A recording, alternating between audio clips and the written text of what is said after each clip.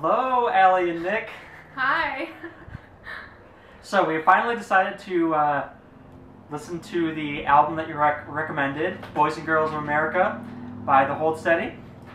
And we are doing it, of course, with beer. We are drinking Epic's Intermountain Wheat. It is a Utah beer, but it is not one of those quote-unquote weak Utah beers. This one happens to be, it's 5%. It's not crazy, but It's standard beer strength. it's a good beer. But to complement that, we are also drinking High West Whiskey. Which is a Utah whiskey. So to that, let's get cracking. All right, well, first song. Do you have any thoughts, Carrie? So, it was more poppy than I expected. I don't know what I expected because I'd never heard this band before. But I liked at the beginning how it kind of built up things in layers. Like I think the drums came in first, and then the piano, and then the guitar. So there was a good kind of build up. And then I liked when it got to the bridge, and it would kind of get softer and then louder again. It had a good tempo to it. I thought it was about the Midwest and Minnesota. That was cool. Ben looked up the lyrics. I couldn't understand most of them, but Ben read the lyrics. Yes, and they were, and I really liked the lyrics once I read them. It was very kind of, it's like a poem that flowed really well. I really liked the beat of the sound, the beat of the lyrics. Dun dun dun dun dun dun dun dun dun dun dun dun dun dun dun. I thought it was fun. It worked really well with the music. It was definitely more upbeat, I agree, than I expected. But it still was, it was pretty rocky. So I really liked the style. It had a good guitar and yeah, some nice heavy music to it, I guess. I liked the instruments overall. It seemed like the musicians were actually really talented, and it's well crafted. It's more well crafted than I thought it would be. All right, let's move on to number 2. That was song number 2. We have it's called Chips Ahoy. That's what the song's called? Yeah. Chips or ships? Chips. Like the cookies? Like the cookies.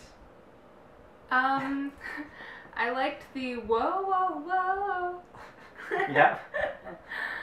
And I liked the keyboards. They had kind of a 50s soul funk type feeling to them. But I don't know overall how I feel about the lead singer's voice. That's my biggest qualm with this band so far. I'm not totally a big fan of his vocal stylings, but I like the rest of the music aside from his voice. I must admit, I did not hear any keyboards at all. As for the lead singer, I'm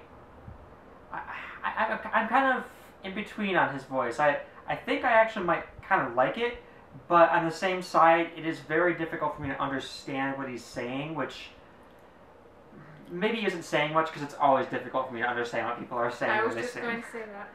So it does not necessarily mean anything for me to say that. Other than that, I think, oh yeah, all I want to say is I really like kind of the dropout of the music, especially like the first half where they would sing and then all the kind of music dropped out and the lyrics continued on for a little bit. So I like that aspect of it. I was not involved with the no more. As a matter of fact, I didn't even know that that's where it happened. Alright, song 3, Hot Soft Light. I really liked that song. I'd say it's probably my favorite song on the album so far. There's only been 3, so there's really not a whole lot of competition. My only complaint is that it sounds a lot like the previous song. Like to me, it almost sounds like a better version of the previous song. But I guess beside that, I really liked the bridge, the guitar solo on the bridge. That was awesome. I did not think it sounded a lot like the other song because the other song had the whoa, whoa. That this song didn't have that.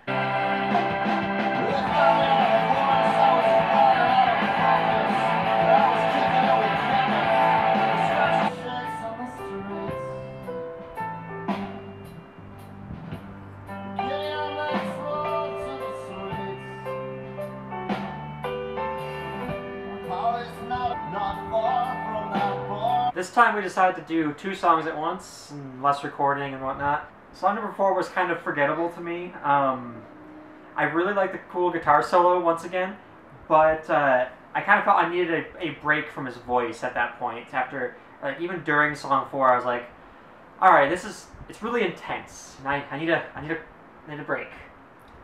I thought song 4 didn't stand out to me a lot. It kind of, again, sort of just went along the same stylistic notes that were set with the earlier songs.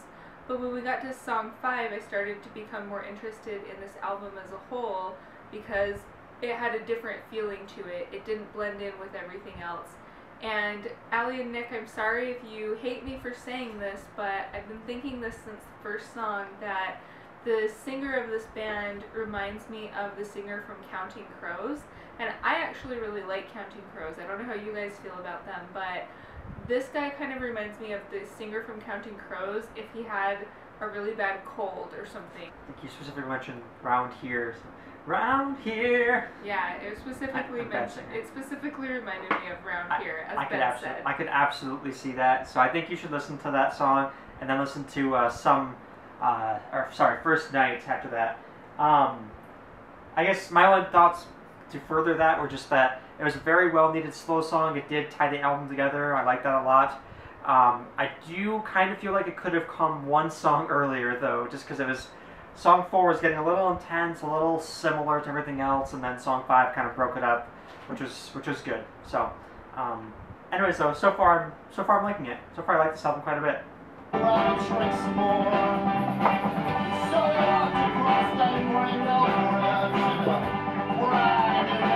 Party Pit. I'm definitely getting a little buzz now because it's getting more difficult to work the camera and the computer Beer and number 2 and whiskey number 2.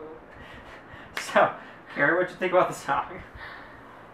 As soon as the opening chords to this song started playing, I paused it and I told Ben that it reminded me of Small Town by John Mellencamp, which is not necessarily a bad thing by any means. It has a very like American rock feel to this song. I think this is my favorite song on the album so far. Kind of surprises me, but I thought that song was really good too. I still might like number 3, Hot Soft Light, better, but I like this song too.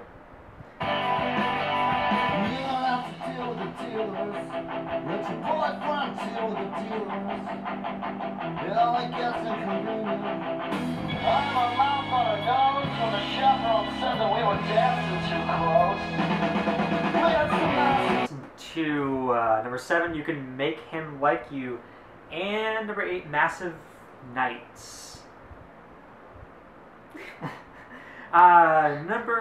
So You Can Make Him Like You. Sorry, Nan, I just gotta get off. I don't remember. Yeah, I didn't really care for the lyrics as much. They kind of made me laugh. I thought they were a little bit silly, which was maybe the point. Especially in conjunction with this next song, with You Can Make Him Like You. I thought that was kind of a little bit silly as well, but in a good way. It was entertaining, and I actually liked this song quite a bit. One of my favorite songs on the album, I'd say. You Can Make Him Like You. I didn't read the lyrics, so I could only pick out bits and pieces of what the lyrics were actually saying, but it was something like, you can tell your boyfriend to tell your dealer or something like that. And I was kind of thinking, well, she can deal with this shit on her own. You don't need to give her advice. So, I don't know. I probably need to read the lyrics to have an informed opinion on that. I don't think they're that much better than what you think. And then the next song, I liked, it had kind of the whoa. Oh yeah, that was good. It reminded me of one of the earlier songs that had some kind of little interjection like that I liked. It's citrus and liquor, I love it when we come together. The paramedics found him, he was shaking on the side of the stage. We listened to Citrus and then Chill Out Tent. Citrus, I thought he sounded really high or drunk or something in this song. But the more that I listened to it, the more that I kind of gathered that's maybe kind of the point. Like, I almost feel like there's more drug references and things like that the longer the album goes. I don't know, I'd have to listen to it again for that, but it kind of feels like maybe that's sort of the idea. And then I did like how Citrus picked up quite a bit, kind of more to the middle or 2/3 of the way through. And then Chill Out Tent, I was just kind of weirded out by that song. That It was odd. Well, I haven't been able to understand a lot of the lyrics to any of the songs, but we've glanced at some of the lyrics online, but we haven't read them with any precision, so I'm not sure. But Chill Out Tent, I was telling Ben, my first impression of the lyrics was that I was wondering if it took place in an insane asylum, but I'm pretty sure that's not correct. But I will say that the female vocals in that song felt very jarring to me, especially after listening to the whole album and they were not present and all of a sudden they were. Anything about song 9? It was slow and there was an accordion, and I like accordions. Alright,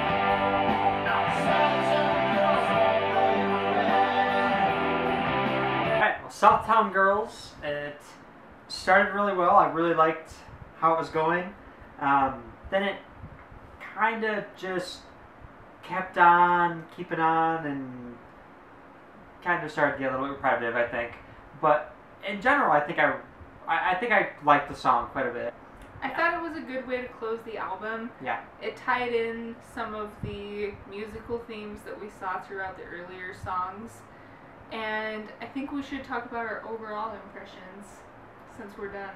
Yeah, overall, I really like the album. I really want to listen to it again. I kind of felt that would be the case, from when I first heard the first song. I do kind of feel it's an album that I need to listen to a few times to really appreciate. That said, when I listen to music, I listen to sounds and how it just sounds to me, really, just overall. And I liked how it sounded overall to me. So I want to listen to it again, which is a really good thing. So overall, I'd say thumbs up. I think that is mostly what we did today. We kind of got an overall feel for the album.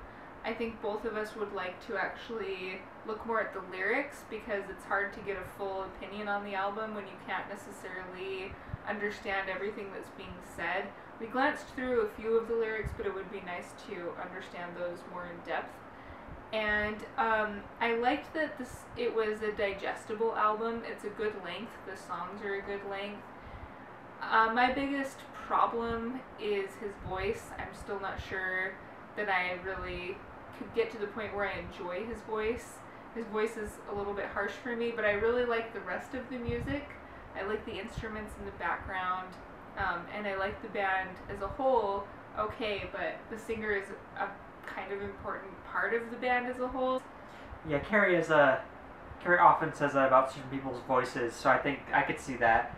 I do kind of feel that way about some people, but then again, I end up liking guys with kind of strange voices, so... Well, I think it could grow on me. Yeah. I used to hate coffee, and now I drink coffee every morning, so maybe his voice is like coffee. Coffee's amazing. Alright, well, I guess that's it for us. Salud! Salud. Time for you guys to do one for yourselves. Yes, we'll be anxiously awaiting. This is All Yours by Alt J. This is All Yours by Alt J. Allie and Nick, it's your turn.